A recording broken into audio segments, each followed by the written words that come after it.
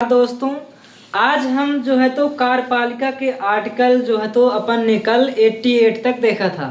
आज उससे आगे जो देखेंगे आर्टिकल 89 से 100 तक, और इनमें भी उसी प्रकार देखेंगे कि इन आर्टिकलों के अंदर कौन सी बातें कही गई हैं। और ये आर्टिकल, इन आर्टिकलों में से भी कौन से आर्टिकल ज़्यादा महत्वपूर्ण है जो कि एग्ज़ाम में उनके पूछने की संभावना ज़्यादा होती है। मैंने बताया था कि कार्यपालिका के अंतर्गत सांसद, राष्ट्रपति, प्रधानमंत्री, उपराष्ट्रपति, सभी जो भी मेन पद होते हैं, मेन जो चीज़ें होती हैं, इन्हीं के अंतर्गत जो कि आ जाते हैं। और कार्यपालिका के अंतर्गत जो भी अधिकारी कर्मचारी होते हैं, पूरा तंत्र लगभग इसी के अंतर्गत आ जाता है। इसीलिए कार्यपालिका एक बहुत ही इम्पोर्टेंट टॉपिक माना जाता है। जैसे कि आप सभी जानते हैं कि एक जैसे विधायिका होती है विधि बनाने के लिए, उसी प्रकार कार्यपालिका होती है उन्हीं विधियों को लागू कराने के लिए और उनके अंतर्गत काम करने के लिए। और एक होती है न्यायपालिका जो कि न्याय का काम करती है, जो कि निष्पक्ष होती है। वो एक स्वयं का स्टेट है, स्वयं की संस्था है, उसके स्वयं के नियम कानून होते हैं। लेकिन वो न्यायपालिका में जो जज होते हैं, जो निर्णय करते हैं, वो विधायिका के द्वारा, सांसदों के द्वारा बनाए गए नियम कानूनों के अंतर्गत न्याय करते हैं, निर्णय करते हैं। और जो संविधान में बातें कही गई हैं उसी के अंतर्गत चीज़ों को फॉलो करके निर्णय देते हैं। न्यायपालिका अपने से कोई भी कानून नहीं बनाती है। देश में कानून बनाने का अधिकार एकमात्र संसद को है। उसी प्रकार यदि राज्य में कोई कानून बनाना है तो फिर वो विधायिका का है, जो कि विधायक सदस्य होते हैं, वो कानून राज्य के लिए बनाते हैं। इनमें भी 3 सूचियां होती हैं। एक जो होता है केंद्रीय सूची, समवर्ती सूची, और एक होती है राज्य की सूची। केंद्र की सूची में केंद्र सरकार अपने नियम कानून बनाती है, राज्य की सूची में राज्य अपने नियम कानून बनाती है, और समवर्ती सूची में तो केंद्र और राज्य दोनों लोग कानून बना देते हैं। लेकिन यदि समवर्ती सूची में यदि केंद्र ने कोई, जैसे सांसदों ने कोई कानून बना दिया है और उसी पर विधायक भी कोई कानून बना देते हैं, तो इस स्टेज में सांसदों के द्वारा बनाया गया ही कानून मान्य होगा। यदि सांसद चाहेंगे तो विधायिका के कुछ चीज़ों को ले लेगी, मान लेगी, वरना यदि लागू करने की बात आएगी तो केंद्र का माना जाएगा। ठीक, तो केंद्र को मजबूत बनाया गया है ताकि राज्य बिछड़ने न पाए, अपनी मनमानी न करने पाए, नहीं तो फिर देश के टुकड़े होने की संभावना अधिक हो जाती है। हालांकि भारत एक राज्यों का ऐसा संघ है जिसमें मिल तो सकता है कोई भी राज्य, कोई विदेशी क्षेत्र, कोई भी एक बार मिल तो सकता है, लेकिन इससे अलग होने की सोच भी नहीं सकता। आज़ादी ही नहीं है। संविधान में साफ कह दिया गया है कि भाई तुम मिल सकते हो लेकिन जा नहीं सकते हो कहीं, एक बार आ गए तो बस इसी में रहना है। जबकि अमेरिका के संविधान में ऐसा नहीं है। वहाँ के संविधानों में जो राज्य हैं वो मुक्त भी हो सकते हैं। एग्जाम्पल के तौर पे यदि आप लेना चाहेंगे, जैसे सिक्किम मिल तो गया है भारत में, लेकिन सिक्किम कभी भी भारत से आज़ादी की मांग नहीं कर सकता कि वो अलग क्षेत्र, अपना अलग देश बना ले। ठीक, तो अपन बात कर रहे थे कार्यपालिका के अंदर राष्ट्रपति के बारे में बात कर रहे थे, और उसके अंतर्गत अपन ने आगे देखते आर्टिकल अपन आज 89 में आ गए हैं। दोस्तों, आर्टिकल 89 कहता है सभापति और उपसभापति के बारे में बताता है। ये सभापति जो मेन चुना जाता है, आप सुने होंगे, जैसे घर में आप मान लीजिए कि आपके पिताजी घर में अध्यक्ष हैं, मेन मतलब जैसे कि चलता ही है। तो यदि असलियत में बात कही जाए तो घर में मम्मी की ही चलती है, क्योंकि गृह मंत्रालय उन्हीं के अंतर्गत आता है। मम्मी के पूरा वही देखती हैं। ठीक, तो मान लीजिए कि ठीक है, मम्मी हो गई अध्यक्ष और पापा जी हो गए उपाध्यक्ष। मीन्स मम्मी कोई नियम कानून कुछ भी चीज़ें कहती हैं, ठीक है, फॉलो करने के लिए, तो घर के अंदर लागू होंगी वो चीज़ें। ठीक, और यदि मम्मी कभी कभी मायके चली जाती हैं, कभी कभी मम्मी कहाँ चली जाती, मायके चली जाती हैं, जब पिताजी रह जाते हैं उस समय जो है तो मम्मी के जो भी कार्य होते हैं, खाना पीना भी कई दफ़ा पापा लोग बनाते हैं, तो वो फिर पापा उन कार्यों को संभालते हैं। उसी प्रकार सभापति जो है तो राज्यसभा का सभापति होता है कौन? उपराष्ट्रपति। उपराष्ट्रपति जो है तो राज्यसभा का सभापति होता है, अध्यक्ष होता है मीन्स, और उपसभापति होता है उसी राज्यसभा के जो सदस्य होते हैं उन्हीं में से जो सबसे बुजुर्ग होता है, जो सबसे ज़्यादा जिसकी एज होती है, योग्यता होती है, उसको उपसभापति बना दिया जाता है। तो आर्टिकल 89 में यही बात कही गई है कि राज्यसभा का सभापति होगा और एक उपसभापति होगा। अब अपन आगे देखते हैं आर्टिकल 90। ठीक, आर्टिकल 90 जो है तो ये कहता है कि उपसभापति का पद रिक्त या हटाया जाना। इट मीन्स कि उपसभापति का जो पद होगा, यदि वो पद रिक्त हो जाता है, उपसभापति जैसे आपके पिताजी हैं, यदि कहीं पैसा कमाने के लिए मान लीजिए बाहर चले जाते हैं, ठीक, तो अब तो उनका पद रिक्त होगा ना। आप तो क्या होता है कि अब उनके पद की जगह दूसरे को तो नहीं ला सकते हैं कि दूसरे को लाके उनका पद दे दें, नहीं, जब तक वो बाहर हैं तो पद उनका खाली रहेगा। तो यही बात बताया गया है कि उपसभापति के यदि उपसभापति मीन्स उस पद में रहते हुए यदि उनकी मृत्यु हो जाती है, स्वास्थ्य गड़बड़ हो जाता है, ये कि कुछ भी चीज़ें हो जाती हैं, तब वो उस पद का क्या होगा, उस पद में कौन रहेगा। यदि उपसभापति को हटा दिया जाता है, ठीक है, निष्कासित कर दिया जाता है, ठीक, या कि पागल दिवालिया कुछ भी हो जाते हैं, ऐसी दुर्घटना कुछ भी घटित हो जाती है, तब उस समय जो है तो उपसभापति के पद में कौन नियुक्त होगा, क्या चीज़ें होंगी, होगा भी कि नहीं होगा, इनके इस बारे में बात जो है तो आर्टिकल 90 में बताया गया है। उसी प्रकार आर्टिकल जो है तो 91 में, आर्टिकल 91 अपना कहता है कि सभापति के कर्तव्यों का पालन और शक्ति। जो सभापति होगा, सभापति जो मेन होता है राज्यसभा का उपराष्ट्रपति, वो उसमें बताया गया है आर्टिकल 91 में कि सभापति की शक्तियाँ क्या होंगी। सभापति यदि राज्यसभा के सदस्यों को किस प्रकार निष्कासित कर सकता है और किस प्रकार वो अपने नियम कानून कर्तव्यों का पालन करेगा निर्णयात्मक रूप में, ठीक है। और विभिन्न चीज़ें होती हैं जो सभापति के कर्तव्य होते हैं कि जो है तो राज्यसभा में यदि सभापति बैठा है, बैठक हुई है, संयुक्त बैठक है, कुछ भी बैठक यदि हुई है, तो उस दौरान सभापति जो है तो उस सदन के अंदर जो है तो कोई अनैतिक कार्य ना होने पाए, अनुचित शब्द ना बोले जाएं, या कि कोई ऐसा कृत्य ना होने पाए जो सदन की गरिमा को भंग करे, ठीक है। ये सभी चीज़ें जो है तो सभापति देखता है। आगे मैं बताऊंगा अध्यक्ष और उस उपाध्यक्ष, इनके कार्यों के बारे में उसी से रिलेट कर लीजिएगा सभापति के कार्य, क्योंकि लगभग इनके कार्य सेम ही होते हैं, ठीक। अब अपन आर्टिकल 92 में चलते हैं, ठीक है। आई होप यहाँ तक आप समझे होंगे। आर्टिकल 92 कहता है सभापति या उपसभापति को पद से हटाने का संकल्प हटाने। इट मीन्स कि यदि सभापति को, जो कि उपराष्ट्रपति होता है, उपसभापति को यदि कोई कृत्य कर देते हैं, ठीक है, संविधान के अकॉर्डिंग नहीं चलते हैं, कुछ भी मीन्स ऐसी गलतियां कर देते हैं जो उन्हें नहीं करना चाहिए, अपने शक्तियों का दुरुपयोग कर देते हैं, तब इस सिचुएशन में क्या होगा, कौन उन्हें निष्कासित करेगा, किस प्रकार निष्कासित किया जाएगा, क्या महाभियोग चलाया जाएगा या कि कुछ अदर प्रक्रिया के माध्यम से।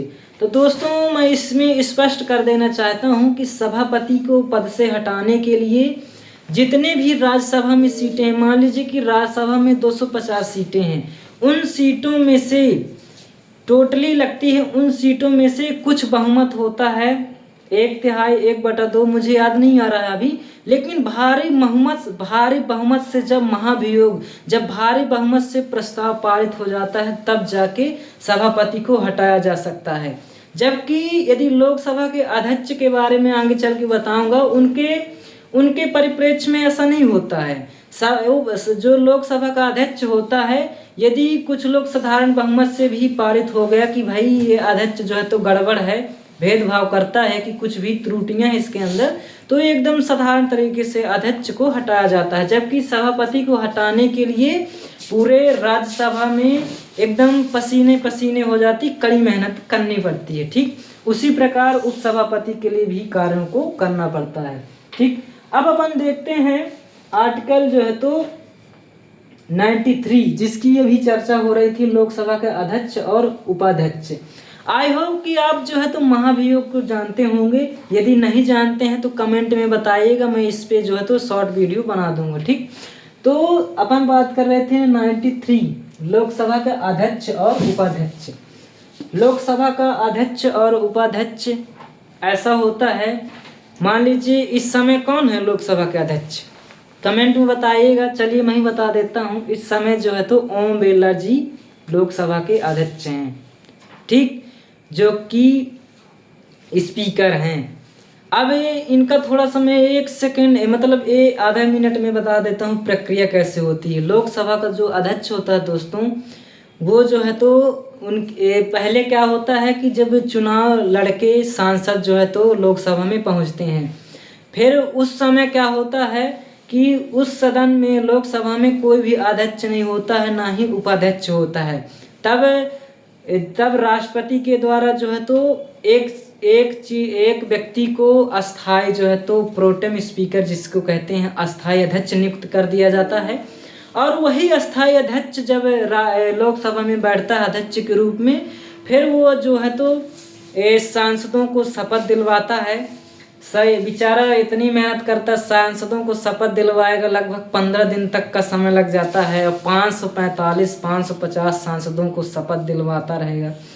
कई दफ़ा तो उसकी सांस तक फूलने लगती है। एक दिन में तो नहीं करवाता, लेकिन धीरे धीरे जो है तो सांसदों को शपथ दिलवाएगा। ठीक, अब शपथ दिलवाने के बाद सांसदों में से वो प्रस्ताव देगा कि भाई पक्ष वालों और विपक्ष वालों दोनों लोग अपनी ओर से अध्यक्ष के लिए जो वो स्पीकर होगा उसके लिए अपना नाम भेजिए और वोटिंग करिए।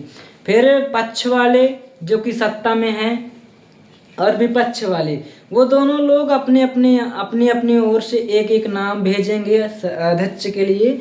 फिर वो नाम जो है तो उनमें वोटिंग होगी, और फिर जिनके वोट ज़्यादा होंगे उसको जो है तो अध्यक्ष के रूप में चयनित कर दिया जाता है। और उपाध्यक्ष को ले लिया जाता है विपक्ष की ओर से। विपक्ष से जो है तो उपाध्यक्ष को चुन लिया जाता है।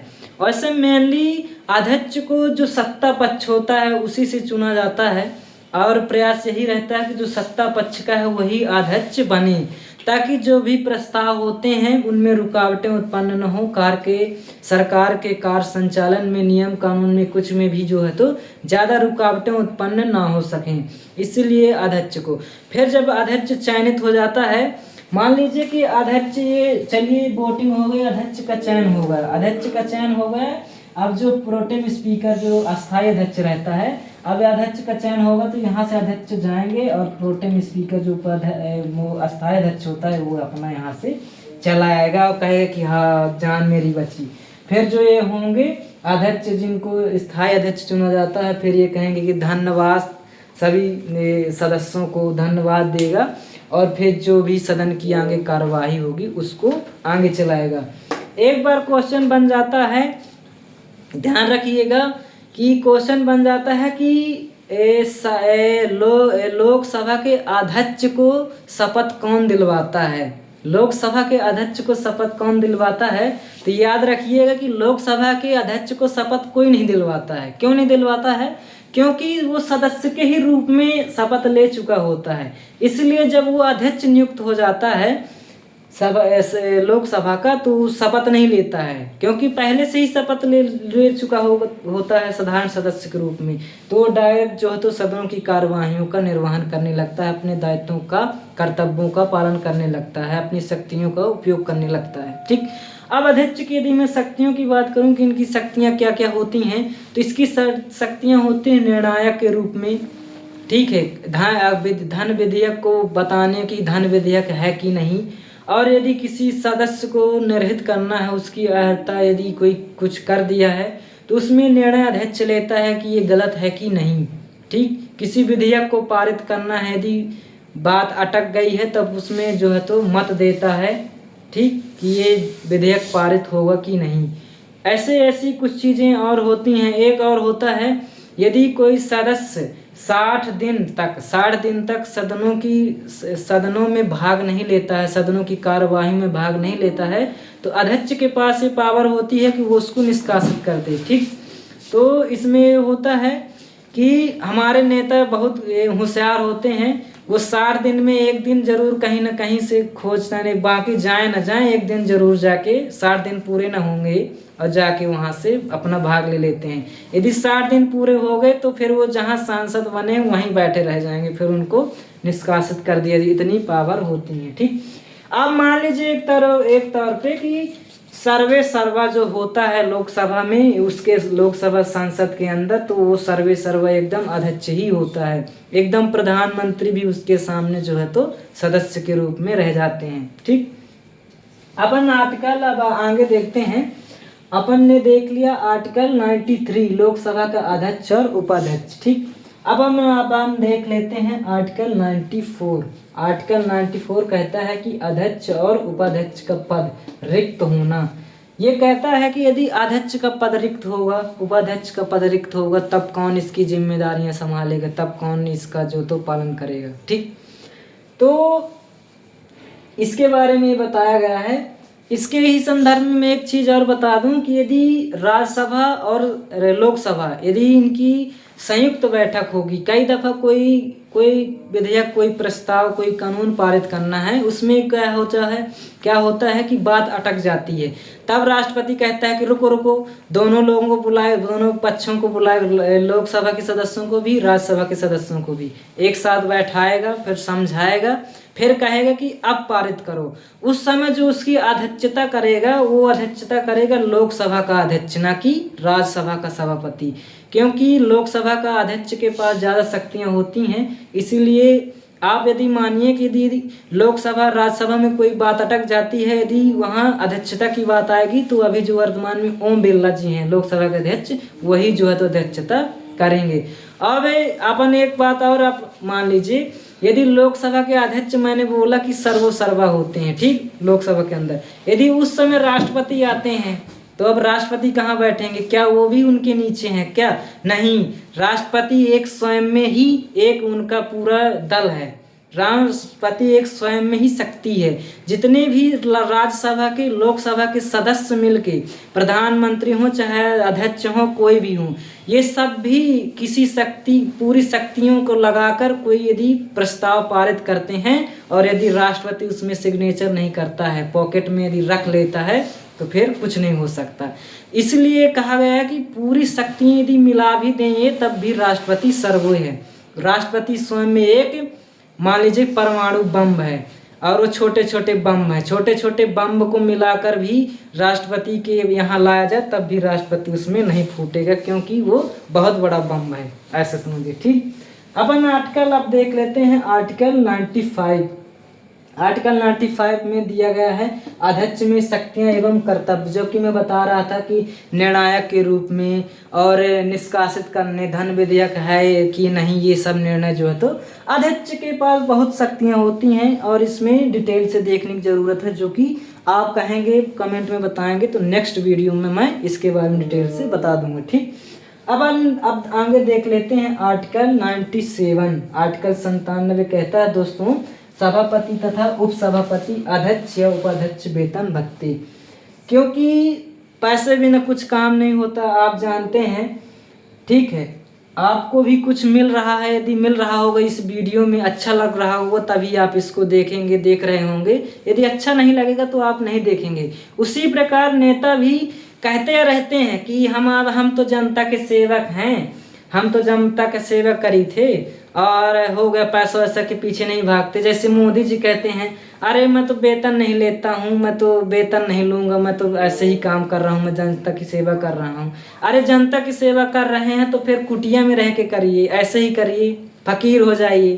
कई दफ़ा एक बार कहते हैं बाबा ने कि अरे ये धन संपदा की क्या जरूरत है, धन संपदा की नहीं है, तुम घर कपड़ों में करिए ना, क्यों सजे रहते हैं ऐसे स्वर्ण स्वर्ण, इतनी अंगूठी पहने रहेंगे और लाखों लाखों का कुर्ता पहने रहते हैं। एक जैन मुनि थे, उनका नाम नहीं आ रहा, पुस्तक कुछ नाम था। वो कहते हैं कि यदि तुम इतना ही बता रहे हो तो ऐसे रहो ना जैसे हम रहते हैं, नग्न अवस्था में रहो। क्या जरूरत है एक संत को ये बड़ी बड़ी अंगूठी, स्वर्ण वस्त्र, ये सब चीजें पहनने की, बड़े बड़े बंगले में रहने की। एक संत तो एक छोटी सी झोपड़ी में, एक कपड़े में, या कि बिन कपड़ों के भी यदि उसकी उसकी वो योग्यता है उसके अंदर, तो वो अपना जो है तो अपनी चीज़ों को रख सकता है और शांति व्यवस्था फैला सकता है, अपने धर्म का प्रचार कर सकता है। ये किसी ढोंढ विद्या की आवश्यकता नहीं होती है।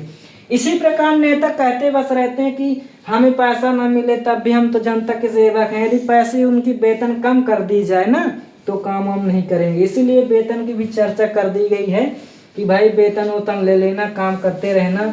सभापति उपसभापति सबको वेतन मिलता है, अध्यक्ष उपाध्यक्ष को इनको वेतन भत्ते जो है तो लास्ट तक मिलते रहते हैं वेतन भत्ते। तो इसकी चर्चा की गई है।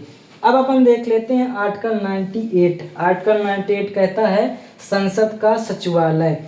अब मैं इसमें बता दूं एक बात एकदम कि संसद का जो सचिवालय होता है, जो सांसद होते हैं, प्रत्येक सांसद का एक सचिव होता है, उनके उप सचिव होते हैं, एक सचिवालय पूरा होता है, उसमें कार्य उनके होते हैं।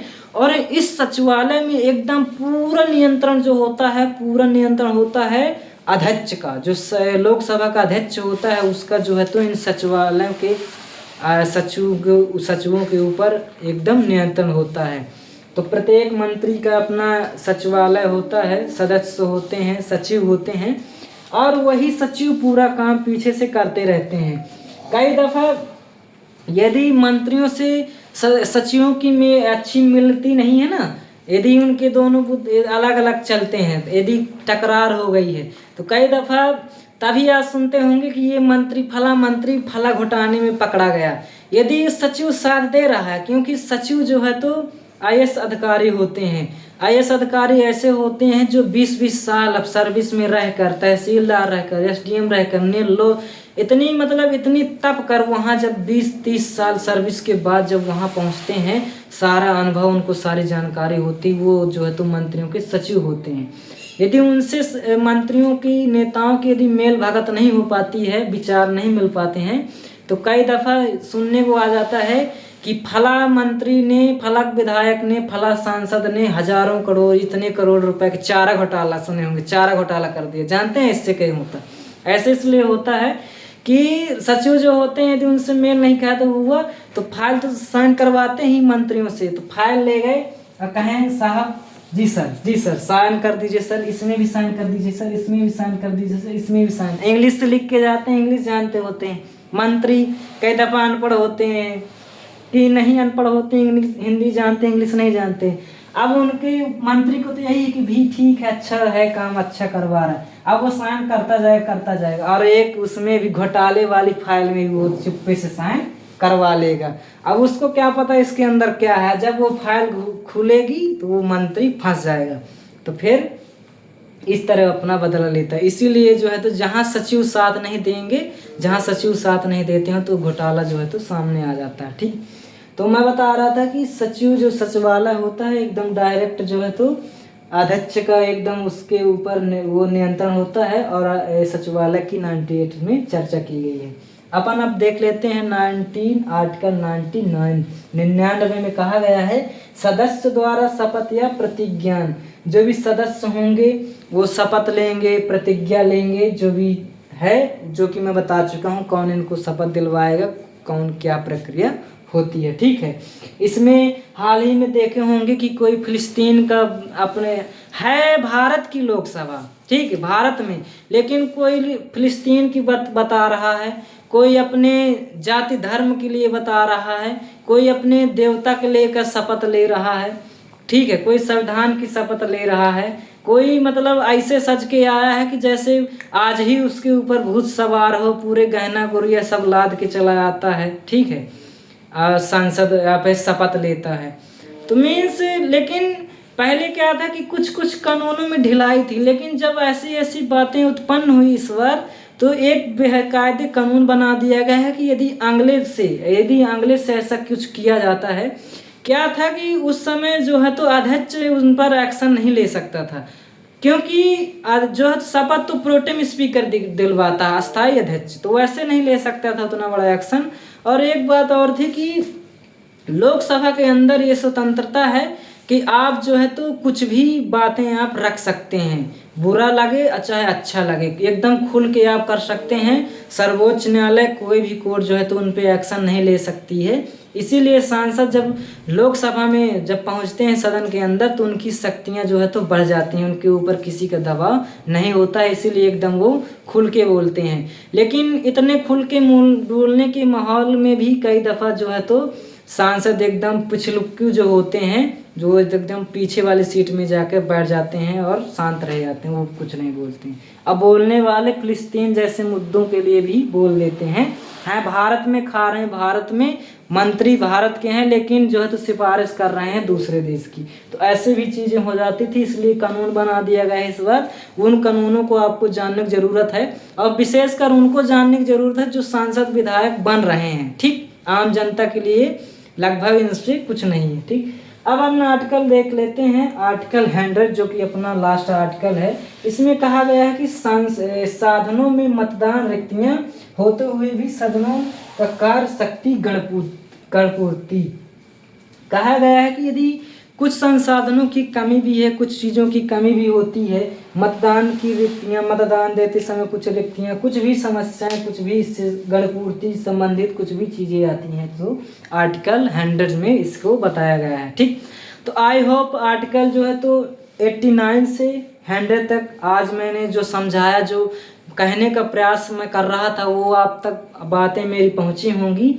अब सबका अपना अपना कर्तव्य होता है। मेरा कर्तव्य यहाँ है कि मैं जिस चीज़ को बता रहा हूँ उसके बारे में मुझे जानकारी हो, ठीक है, मैंने पढ़ा हो, और मेरा कर्तव्य है कि मैं उस चीज़ को आप लोगों को अच्छे से बता सकूँ, इस तरीके से बता सकूँ कि आपको समझ में आए। और जो वीडियो देखता है उसका भी कर्तव्य होता है, ये दायित्व होता है, और नैतिक कर्तव्य भी होता है कि भाई अपनी राय जरूर दे के जाए, और अच्छा लगे तो लाइक जरूर करना चाहिए, और अच्छा ना लगे तो डिसलाइक करना चाहिए।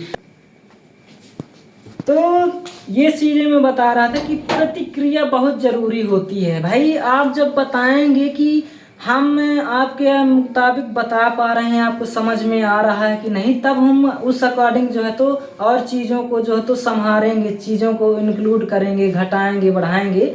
तो ये आप लोगों को भी दायित्व होता है कि अच्छा लगे तो लाइक करें, अच्छा नहीं लगता है तो डिसलाइक करें, कुछ चीज़ें छूट गई हैं तो कमेंट में बताएं, कोई प्रश्न है तो कमेंट में बताएं। और यदि आप ये दूसरों की भी भलाई चाहते हैं, अपने मित्र की, अपने दोस्त यार, ठीक है, अपने गर्लफ्रेंड की, मीन्स किसी की भी, पढ़ने वाले छात्र की, ना पढ़ने वाली भी छात्र की आप भलाई चाहते हैं कि इसको भी कुछ जानकारी हो जाए, और मेरी भी भलाई चाहते हैं, जिसका चैनल है उसकी भलाई चाहते हैं आप। यदि आप सोचते हैं कि बच्चा, ये सर, ये मित्र, मेरे दोस्त बहुत मेहनत कर रहे हैं तो कुछ तो करना चाहिए, तो सब्सक्राइब करके शेयर कर दिया करिए। ये इतना आपका कर्तव्य बनता है, और ये हमारे लिए बहुत बड़ा मोटिवेशन का काम करेगा। तो दोस्तों आई होप अच्छा लगा होगा। आज के लिए इतना ही रहने देते हैं। जय हिंद, जय भारत, धन्यवाद।